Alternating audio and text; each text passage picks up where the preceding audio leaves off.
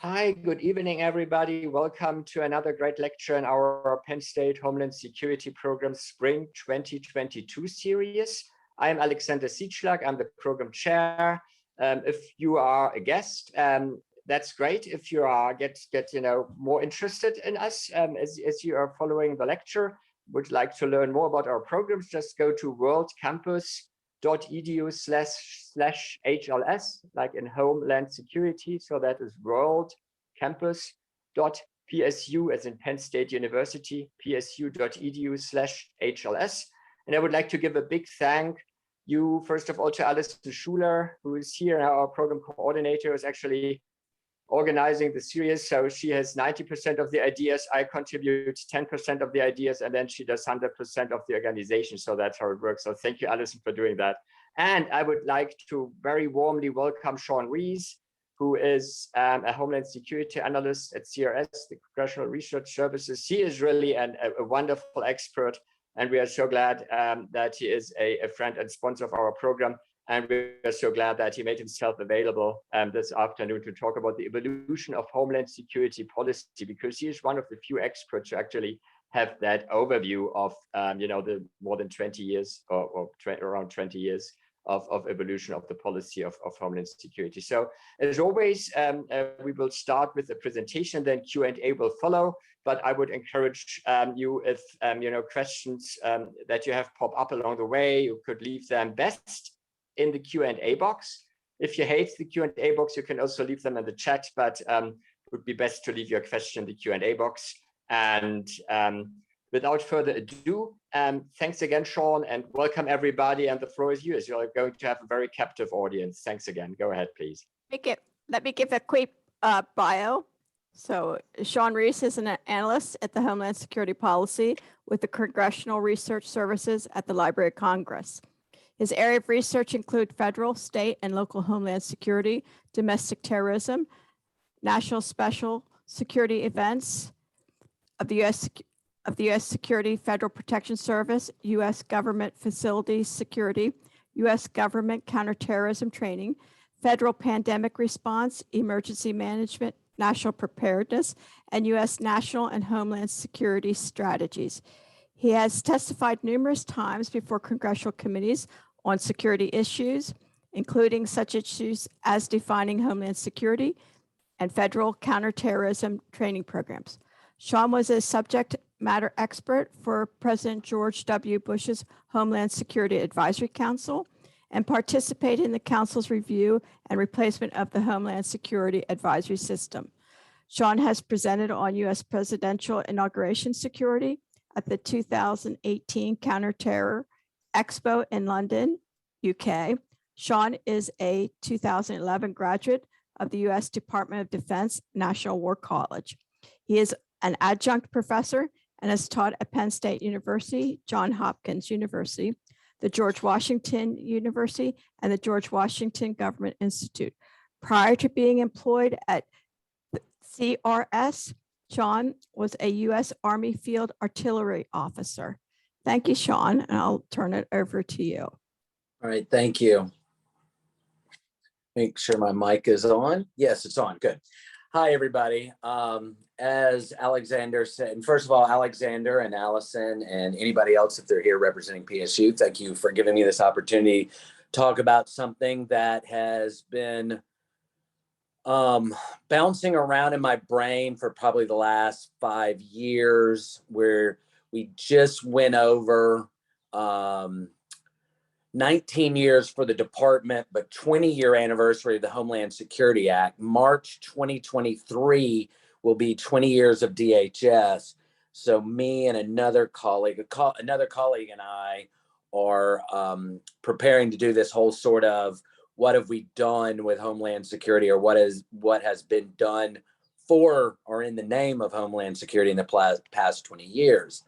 And so as I've thought about that, I've kind of, just my own personal way of doing it, I've compartmentalized different portions of the past 20 to 23 years, because I'm going to be talking about 1995 at the very beginning. So I just want everybody to know that, oh, thank you, Allison, that we're going to start there. So first, let me just say all the opinions and information I'm presenting are solely the author's, mine, and not to be attributed to the Congressional Research Service.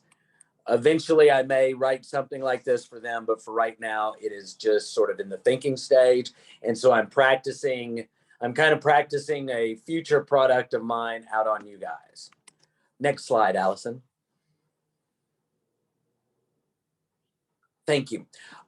This is what we're going to look at. We're going to, real quick introduction, then we're going to look at what was going on before 9/11 that we kind of now, looking back, call Homeland Security action, or events that today we would call a Homeland Security crisis or incident, and DHS would respond to, but this is prior to the department standing up in March 2003.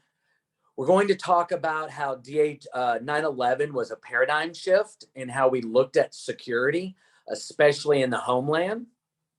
Then we'll talk about the first, I call it the Homeland Security decade. It's actually about 8 years. Then we'll talk about the normalization or domestication of Homeland Security. Then I'm going to talk about immigration and what I think is a novel, my novel idea contributing to the Homeland Security policy academics pool is my argument that President Donald Trump was our first true Homeland Security president, and immigration.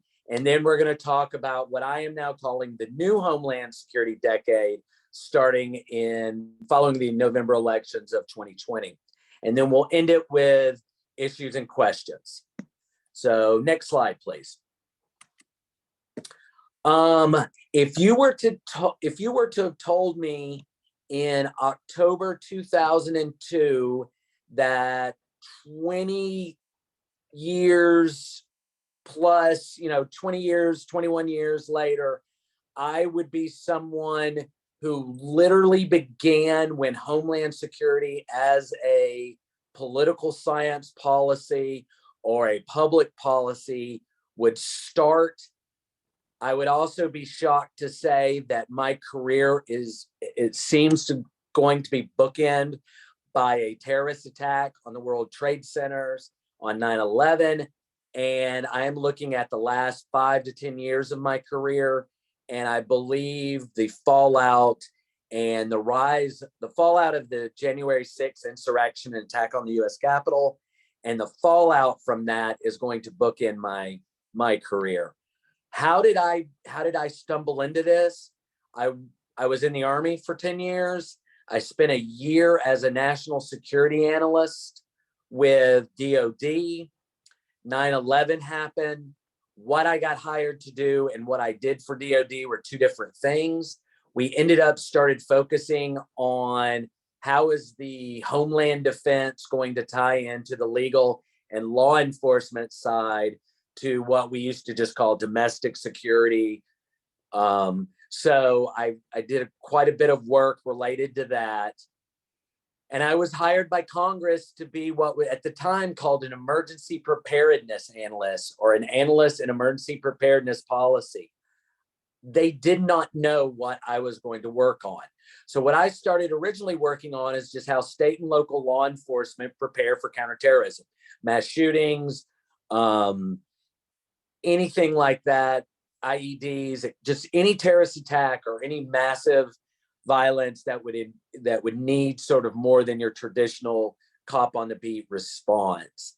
I ended up taking over sort of as Homeland Security policy and the national preparedness system, which I'm going to talk about here in a little bit. As that developed, I kind of developed with it. I've worked on all of the pieces of legislation that I mentioned today. I have had my fingers somehow in the pie for those pieces themselves. I either reviewed, or I did side-by-sides, we did options, or there are certain provisions in all of the Homeland Security grant provisions, which is Title I of Public Law 110-53. I basically wrote with staffers, but this is all something that I am now looking back on. This is not a complete or comprehensive look at it. It's the highlights, and it's basically an outline that going forward, I hope to flesh out. If you are in the program, you have probably read my piece on what is Homeland Security. I'm going to just quickly say Homeland Security is whatever DHS, the Congress, and the president kind of determine what they want it to be. Congress influences what Homeland Security is through appropriations, authorizations for programs, and oversight and hearings. The executive branch do it through actually execution of the programs and responsibilities that were given to the Department of DHS. This covers a broad spectrum from anything from animal and science and plant inspection at border or commercial crossings and ports, to immigration of persons, counter narcotics, law enforcement in coordination with DEA at the southwest border, or California at the ports, or the northern border against Canada, with Canada, to Coast Guard work, to all the administrative work, research and science, and determining future technologies in Homeland Security, to the Secret Service, to FEMA, etc. Basically, what we have decided as a federal government and the academic institutions that study and then produce Homeland Security practitioners, what we have determined is if it is something to do with borders, commerce, the border crossing of people, the security of the water and our ports, and protecting internally through the use of law enforcement or responding to disasters, is what Homeland Security is. When I first started, Homeland Security policy was just a name. Office of Homeland Security was directed. The director was former Pennsylvania governor, Ridge, and then he became the first secretary. What we worked on, but at the beginning of the department, is completely different from now.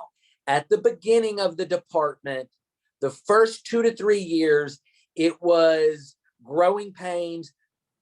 Approximately 82 different entities, offices, and agencies were brought together under a new department. The United States government had not done anything like this since basically 1948, when the War Department became the Department of Defense. So it was a large undertaking, and the first 5 to 8 years was a lot of learning. We focused on grants and assistance to state and localities. What could the federal government help with? So states were able to prepare for, respond to, recover from, and mitigate against for the next terrorist attack. It was not until 2004 or 2007, 2007 Homeland Security strategy, National Homeland Security Strategy, under the Bush administration, was the first time they mentioned disasters in the mission statement. Disasters were assumed in the DHS mission when it was stood up in March 2003. However, we were so focused at the beginning on terrorism, international terrorism, that one could argue that we had a blind spot for disasters until about 2007, following Hurricane Katrina, 2006, 2007. And I would say now it took from about 2008 to 2018 to 2019 for the federal government, Department of Defense, and federal law enforcement to realize we had a domestic terrorism problem. I think it's evolved in sort of periods. The first period being the Bush administration, 2001 through 2008. Then the second period is 2008 through 2016 through 2017. The third one was a shorter period, but under President Trump, under his administration.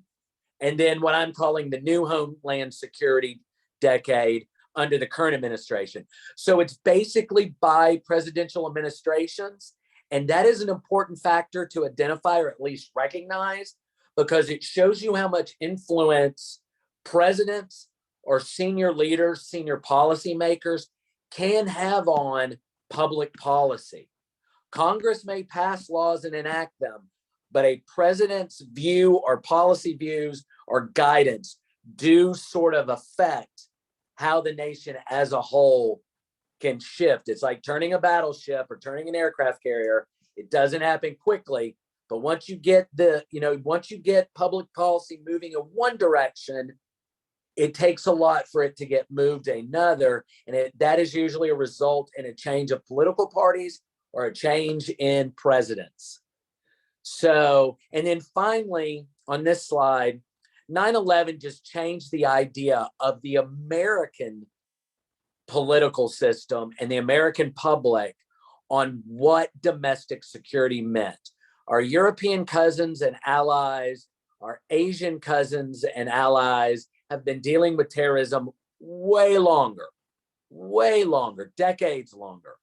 And terrorism, international terrorism, has evolved from its early infant stage around and at the end of World War II to the current situation we're in now, which is more ideological international. Instead of liberty focus or anti-colonial focus, it is more religious, larger scale. The concept of, at least when we look at jihadist fanaticism, it is more of a global view, whereas when international terrorism started, it was more of specific country or region. But the United States had sort of been cushioned and protected by this growing international terrorism threat because we had two very large oceans cushioning us on it. And so the United States, was very fortunate in skipping that. So 9/11 was significant. But prior to 9/11, we had the end of the 20th century wars. We had fascism destroyed at the end of World War II, or so we thought. We had communism end with the collapse of the Soviet Union, and the concept of Western liberal democracy as the victor of constitutionalism of the 20th century was sort of seen as the winner. I highly recommend everybody read Philip Bobbitt's Shield of Achilles. It's a huge book, but it does a fantastic job talking about how the 20th century set up the current political and international structure that we have today. And he did predict at the end of that book and at the one he started talking about the 21st century that we were going to see a rise in terrorism, a rise in domestic terrorism. So I recommend that if you want to kind of look at the concept of security holistically or globally, Philip Bobbitt's Shield of Achilles is a really good book. Because of the Cold War, we had new international security agreements, Partnership for Peace, which Ukraine is part of, NATO expansion. It sort of changed international institutions, and it made us very outward focused. We were very, very outward focused in the Cold War. However, we did have this fear that with the collapse of the Soviet Union, dirty bombs, nukes, suitcase nukes, whatever, biological weapons would be brought to the United States. So in the 1996 National Defense Authorization Act, the Office of Domestic Preparedness was established. I will say that is the birth of the Department of Homeland Security. That is the first time there was an office that was strictly identified to coordinate domestic security, domestic preparedness. Within a year, it was moved to the Department of Justice because everybody understood domestically law enforcement has, and the US legal code was a far more important parameter to work in when you're doing counterterrorism than going traditional military special forces or small counterinsurgency, we had to use law enforcement. So ODP, the Office of Domestic Preparedness, was moved within a year to the Department of Justice. Around 96, 97, 98, Congress passed their first Homeland Security grant. It was the Nunn-Lugar-Domenici program. It was basically about $300 million. It was given to about 5 cities, New York, Miami, DC, Houston, LA, and Chicago, I think. And it was for detecting, countering, and recovering from biological, nerve agent, or dirty nuke weapons of mass destruction. As we were rethinking and starting to recognize the rise of terrorism abroad, we had a number of high-level commissions, and one of them was the Gilmore Commission, chaired by the former governor of Virginia, and I've had the honor of testifying with on Homeland Security. And so the Gilmore Commission in the late 90s was sort of the first time the United States government started thinking about domestic preparedness, domestic security, but it was still outwardly focused. We were truly focused on international terrorism. Interestingly, before 9/11, two of the most shocking, or at least publicly made aware terrorist attack were 2 domestic terrorist attacks within the United States. One was the Oklahoma City bombing by Timothy McVeigh and Terry Nichols. The Alfred P. Murrah, or the Alfred Murrah building in Oklahoma City, federal building, attacked, destroyed by bombs. And it was basically anti-government, U.S. anti-government, far right-wing terrorist attack. Columbine was not a terrorist attack in the traditional legal sense. However, it was a mass shooting, and the rise of gun violence, also a 95 event, because of the violence at Columbine and what followed Columbine would affect how we look at Homeland Security today, because Department of Justice and the Department of Homeland Security provide training to state and local for mass shooting. However, DHS actually provides more funding and more training for countering mass shooting events, or active shooting events. So it is interesting that as we were focusing on domestic security, we were focusing outwardly, because the 50-meter target and intelligence told us we were having a problem with international terrorism in this new group called Al-Qaeda. Allison, next slide, please. Thank you, ma'am. I am going to just quickly talk through this. We all know it. Single deadliest terrorist attack in the U.S. It made international terrorism become the new imminent threat. We stopped worrying about peer-on-peer combat, or combat with near-peer competitors like China or Russia, and we truly started focusing on small ethnic violence internationally, or international terrorism. It is interesting to note that Al-Qaeda and the 9/11 attacks did focus on 2 of the 3 of the 4 pillars, or 5 pillars of what you would call American interests.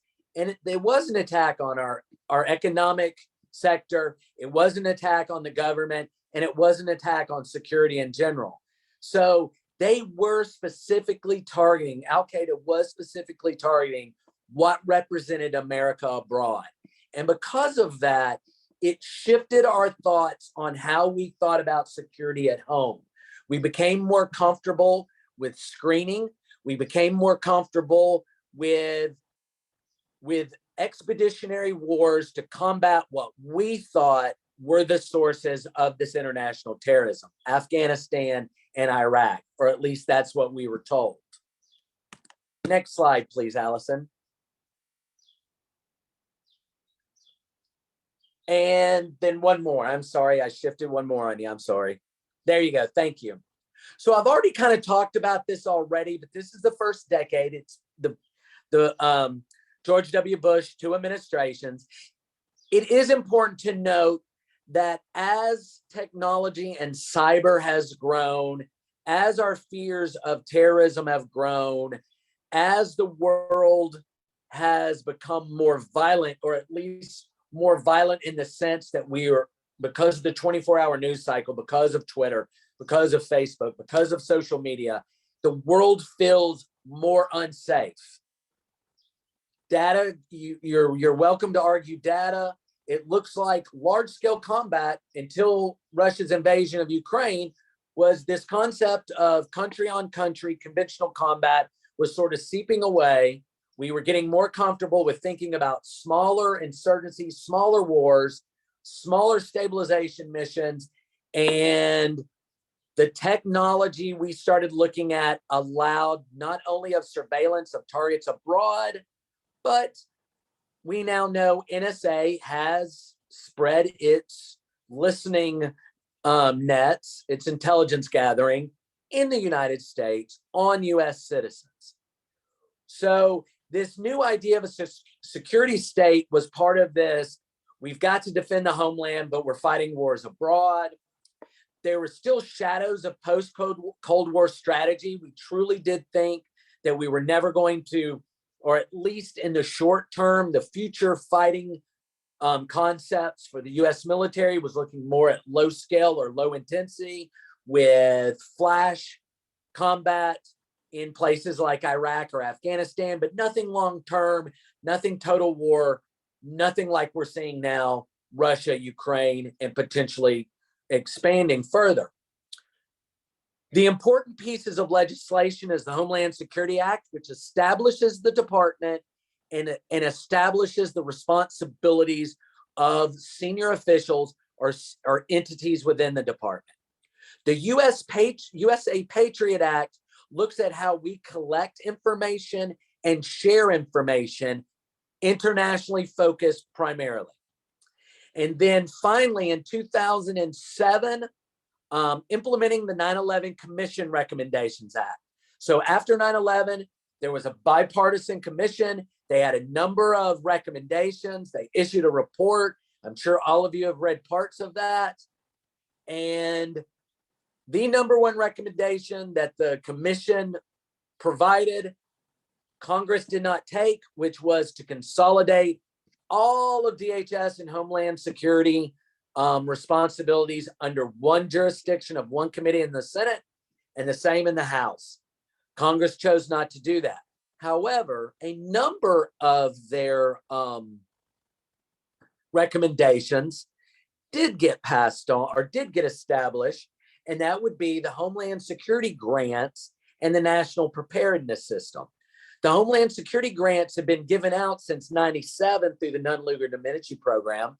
Then in starting the spring of 2003, we had a whole host of Homeland Security grants that Congress appropriated for, but they hadn't been authorized in establishment provision in an actual piece of legislation.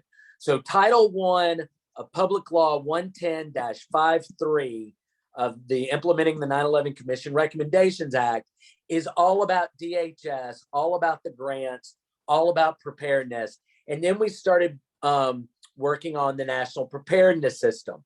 How will we prepare? Also in there was PCIMRA, which was the Post-Katrina Emergency Management Act.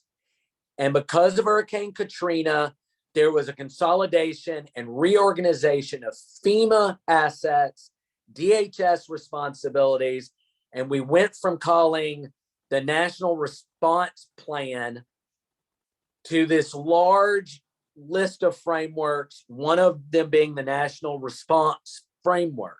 So instead of having one large plan, the PCIMRA Act, which is part of this bill in 2007, ushered in this idea that we were going to build this sort of philosophy and system of preparedness, and we're going to have grants, and we're going to have more detailed planning and frameworks. And that was sort of where we were at 2008. We were really sort of consolidating, thinking about homeland security in both a disaster and a terrorism mindset. We were balancing all these things. There's still this shadow of we have some domestic terrorist organizations, because at the end of the Bush administration, DHS researched and issued its first report on domestic terrorism. It did not get any media coverage till about 2009 and 2010, and everyone assumed it was a new sort of research undergone by the Obama administration. However, it had been done at the end of the second Bush administration. But around 2008, DHS starts identifying domestic terrorism as becoming a new imminent threat, both radicalized jihadists in the United States and white nationalism, the anti-taxers, the anti-staters, the free soilers, any of those, the militias, any of those organizations, they were growing, and DHS was starting to realize we had a problem. Next slide, Allison. Thank you. I call this the two Obama administrations, I call the normalization or the domestication of Homeland Security. Unless President Obama was specifically talking about DHS or a DHS operation, he very rarely uttered the words Homeland Security as a sort of policy or concept. He truly did look at DHS and what it did with relation to securing against international terrorism as a sort of national security function, and then disasters and climate change and cyber and those kind of things were kind of filtered into the national security strategy, but were not highlighted. One of the arguments that has been made is because of Iraq and because of the conflict in Afghanistan, and they were at points where were we trying to stay? The actual ending of them was something the Obama administration was hoping to get to. So foreign policy was what Obama focused on, and then healthcare. There just wasn't a spot in definitely in the second administration, there just wasn't a spot for something you would call Homeland. There just wasn't a spot for them on the platform, the campaign platform, to talk about Homeland Security. But at the same time, because of the changes that have been made following PCMRA and implementing 9/11 Commission Act, the National Preparedness System went from a conceptual idea that was primarily outlined in executive orders or presidential policy directives or Homeland Security policy directives and being incorporated in legislation. There was movement, and like I said earlier, it's a battleship, and Congress sort of reacts to an event, provides money. We're seeing this now with Ukraine. Congress is reacting with supplementals and quickly passing appropriations and military aid to Ukraine. Then the normal way Congress acts is here in the next year or two, you will see laws about our action, related to Russia, related to NATO, related to Ukraine, because Congress will have time to go through it. And then 5 to 10 years down the road, you will potentially see a new authorization act for DOD that has policy about it, but Congress always reacts sort of slowly.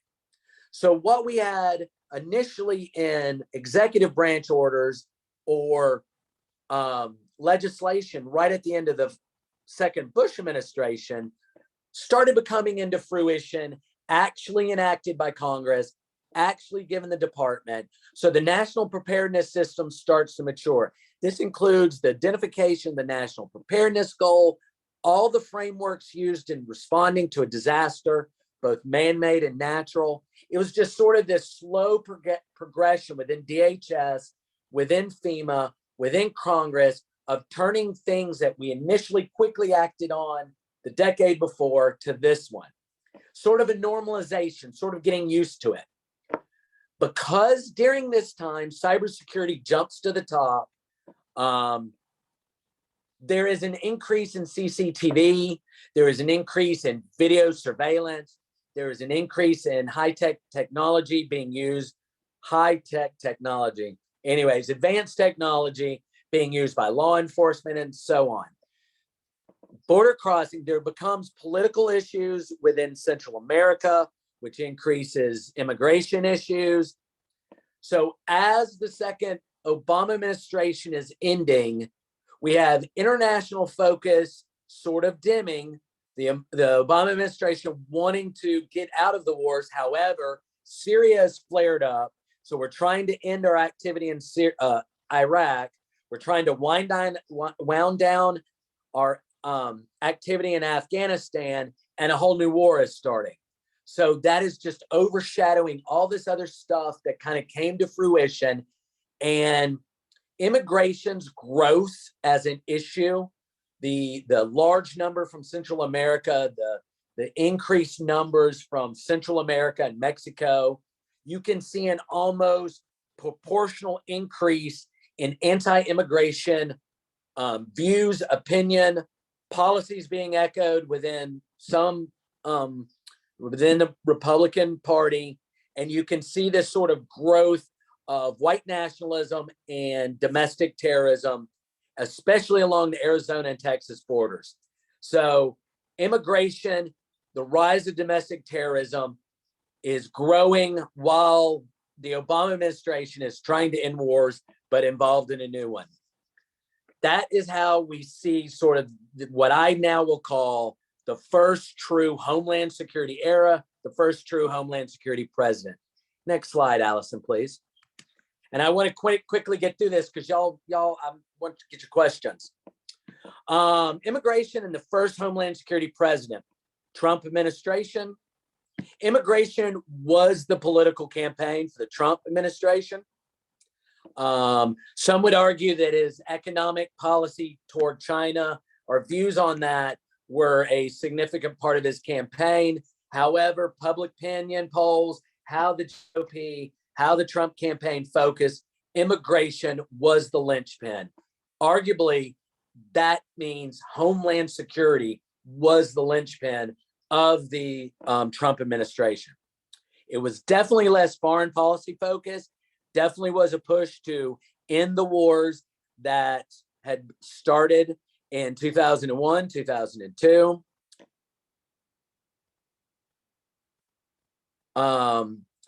There's a, oh yeah, Allison, you need to go back to immigration.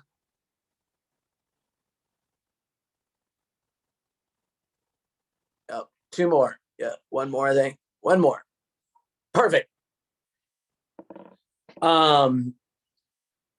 There is a growth of domestic terrorism and political violence. There is an increased space between political debate and people acting on stovepipe information, propaganda, whatever you want to call it, conspiracy theory. There's just this growth of this, and it is going along as we are having immigration be the primary discussion point. Continued growth of the security state. Technology just means that we are all under surveillance, whether we like it or not. If we have a computer device that connects to any sort of Wi-Fi or communication satellite. Finally, what we saw at the end of the Trump administration is the use of the state security apparatus as a tool of suppression. I'd like to point out that during the summer, what we're going to find, what you found was Bureau of Prisons guards, ICE officers, CBP tactical teams being deployed outside of their traditional area, being used to work with protests and riots and, primarily political or racial issues that went on, for the first time, we saw law enforcement that was not National Guard, was not state, was not federal law enforcement officers, like small numbers of FBI or SWAT tactical teams. We saw large-scale deployment of federal law enforcement officers from the Department of Homeland Security to execute a mission that was outside of a traditional Department of Homeland Security mission. So we saw this sort of growth of the security state. President Trump was a Homeland Security president, whether you like the policies or not. Arguably, politically, policy-wise, he focused on that and isolationism. So there's that. Next slide, Allison, and then we'll quickly go to questions. Thank you. All right. January 6th, political violence. The new Homeland Security decade kind of began the 2021 began the same way 2001 began or ended, but 20 years apart, we had another terrorist, large-scale violent act just displayed on television. The Afghanistan was evacuated. We were out of Iraq. We're trying to get out of Syria. We now see Cold War politics returning. We see Russia trying to maintain, to be the influence in their sphere there in Eastern Europe. We see this sort of polarization of democracy versus autocracy. There are still some country, and it's no longer a Western, Eastern, or Northern or Southern hemisphere. It is purely based on, you've got Russia and China and autocracy. You have the United States trying to come to terms with some of the autocratic leanings within some elements of the Republican Party. You have a whole host of autocracy growing. At the same time, you have EU trying to learn how to be a democratic state or entity of multiple parts. Brexit's involved. So you see this sort of change. After World War II, there was this kind of change of the international political system. 2020, what we are in now, Russia attacking Ukraine, the preeminent rise of domestic terrorism in the United States, these are changing the international order the same way the way of World War II did. And it will take us 30 years to identify them all. Again, the growth of the security state and climate change, when we're not busy talking about terrorism, is affecting natural disasters and affecting how we work. That is the errors or the periods. One last slide, Allison. Thank you. Just some quick takeaways. What I will tell you, for the past 20 years, these are sort of the things that whenever policymakers or policy analysts or individuals like myself or Congress or committees or commissions or task force set up by the executive branch, these are the kind of things we are constantly talking about when we talk about Homeland Security. One, the security state versus civil liberties. It is always going to be an issue. Privacy, free speech, all of your constitutional rights, and the concept of security. It's very Hobbesian to talk about social contract theory, and very Locke to say, if you have to pay a price for security. You have to give up individual rights for security. As I ask a number of classes when I've taught, at the end of the class, I always like to say, what personal liberties are you willing to give up for security? And how much security, because there can't be 100%. So what sort of level of security are you willing to give up personal liberties for? That is always being discussed. Disasters versus counterterrorism. DHS, basically, when you think about what it did from 2001 to about 2014, it tried to wear these dual hats, disasters and counterterrorism. Are we dealing with, terrorism programs and law enforcement? Are we dealing with FEMA and massive hurricanes? And they're just getting larger and larger. That is always a discussion in Homeland Security. I would argue that since the Obama administration, and definitely now in the Biden administration, political violence versus political discourse, or I would argue political disagreements. It seems that political discourse goes quickly to political disagreement, which immediately becomes political violence. That is now something DHS is having to be involved in. Election security, security of individuals who are heads of federal agencies or leadership positions within the executive branch or the congressional branch or the Supreme Court.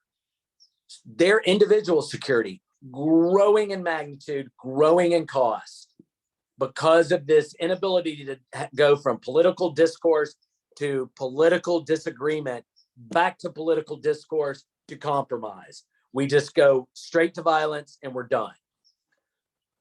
NATO, Russia's invasion, international security, increase of violence or entities that may be radicalizing domestic non-state actors, domestic terrorist organizations, or international terrorist organizations with cells in the United States versus our homegrown rising white nationalism, alt-right, anti-state, anti-tax. It is completely, and they are addressed in different ways. We try to fight international terrorism in depth. We try to fight, arrest, kill where they are, where they're stationed, where they're training, or we try to catch them at our borders or in transit. And then it becomes a homeland security issue if they make it to the United States and if they do commit a crime. Whereas domestic security, there is no defense in depth. It is here. It is in our homes. It's in our communities. It's everywhere. And there's no way for the federal government to balance its warfighting capabilities to fight international terrorism and fight domestic terrorism. It is a law enforcement security apparatus that is domestic focused. And then at the end, I would be completely wrong if I didn't talk about prior to 2001, prior to Katrina, FEMA thought in preparedness, response and recovery, mitigation and resilience, which I should have added, are kind of the new words that we've picked up since 2001. They are what we do, what the federal government does, regardless of whether it's DHS, Justice, Commerce, USDA, when there is a disaster, when there is a massive casualty event, when there is a pandemic, when there is something that affects the country overall, or a region or a state to the point that it becomes that massive. Now DHS thinks in the terms of preparedness, response, recovery, mitigation, and I didn't add resilience. So as a Homeland Security practitioner, if you ever become a policymaker or you ever become an analyst, policy analyst, you have to understand that in the world, preparedness, response, recovery, mitigation, resilience should be the way you think about government role when it comes to Homeland Security. And the reason I say you should is because that is the key to American Homeland Security policy. We are balancing disasters versus terrorism, international security versus domestic security, this preparedness, response, recovery, mitigation, resilience system, and then does the state and its desire for security outweigh our civil liberties? I am so sorry I took up 55 minutes, but I will stay on for 30 more minutes to answer any questions. And that is where I'm at right now. That has been perfect. Thank you so much, Shawn. And it's more than I could ever have asked for you to do and to present. That's been a fantastic overview, both in terms of, you know, the timeline provided, and then also the systematization, and then also pointing out whereas other countries, and they know that's always my thing, you know, other countries are developing homeland security policies. They call it home, you know, affairs or civil security, or in the Arab world, and in Asia, for example, Singapore, they call it homeland security. But obviously, homeland security is an Americanized discipline, and it comes out of our country and whatever. But there's still something specific to U.S. homeland security, and that is not only that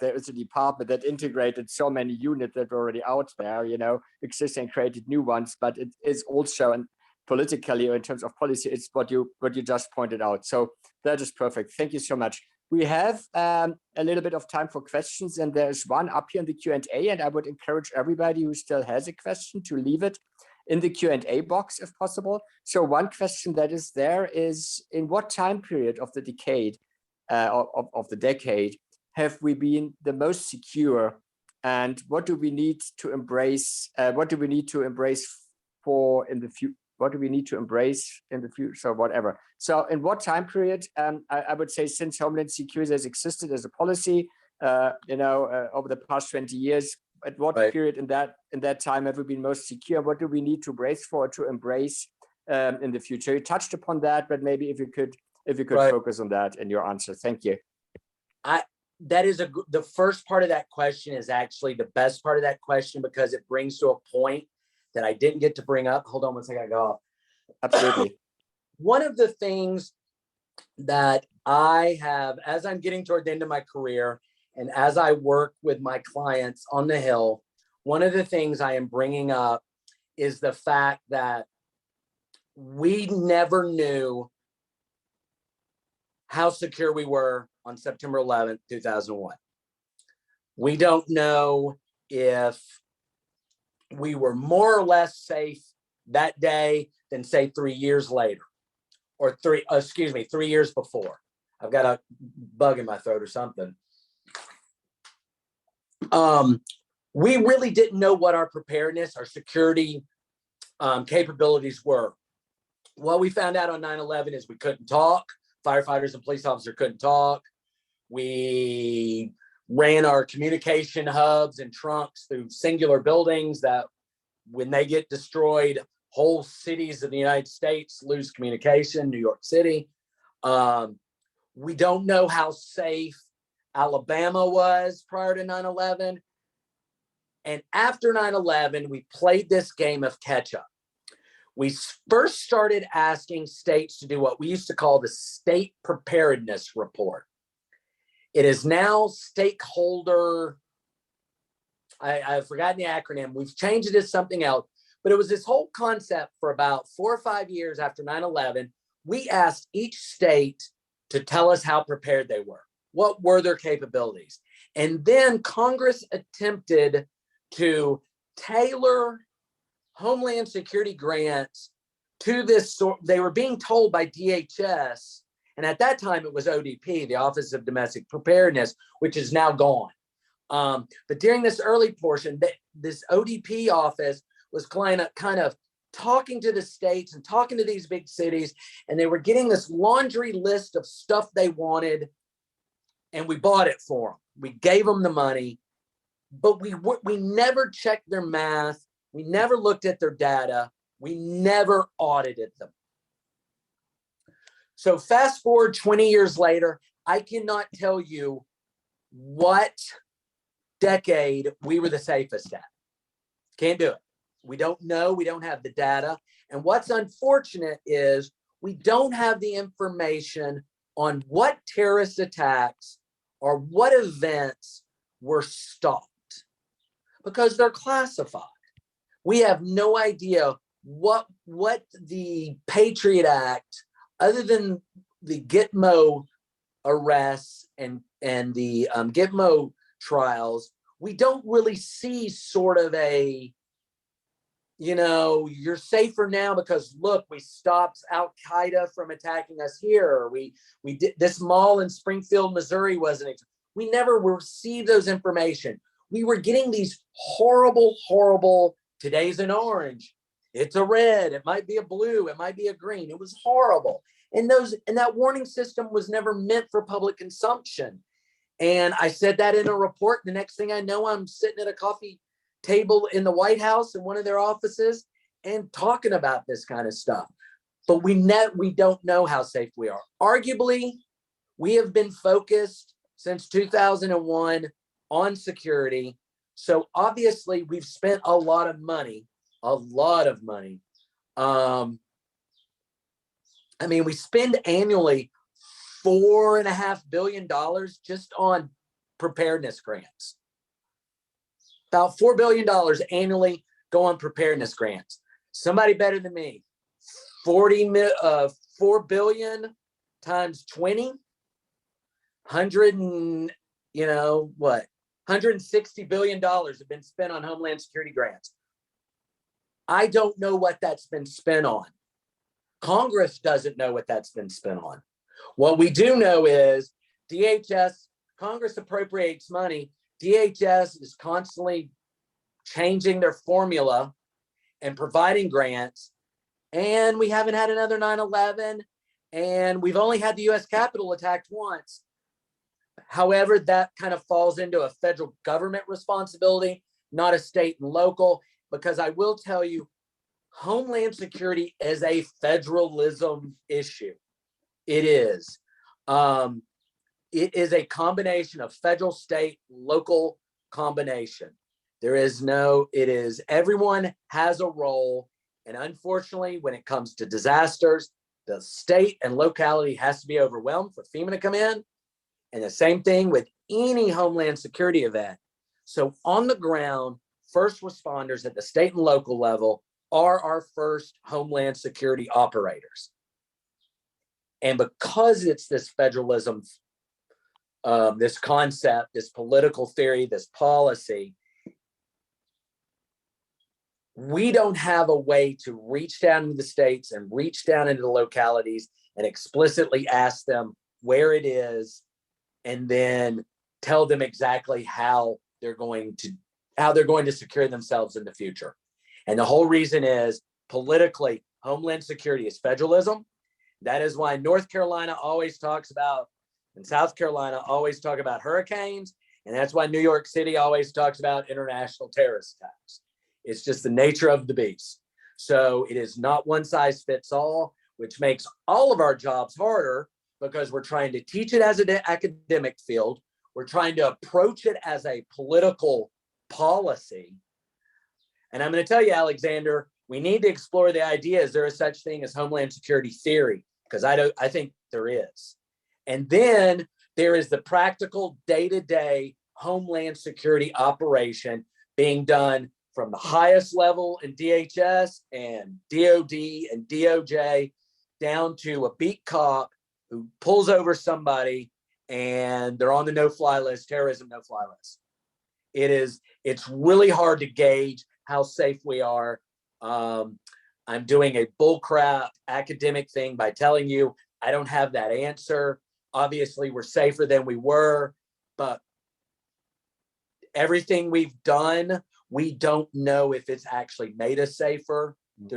We've done an inaccurate job or a very poor job of developing metrics, taking a look at capabilities, and honestly having states and localities and territory governments truly audit themselves and tell us honestly. And if they did, we'd find out we don't have enough money to fix everybody unless we start taking from other coffers. So that's the answer. I'm not sure about that one. Thanks, Shawn. Yep. These are fascinating thoughts. And we have one while Alison is already thanking everybody but I think we still have people on and we're also recording, for posterity. So with your permission, Shawn, I'd love to read out one last question. Please.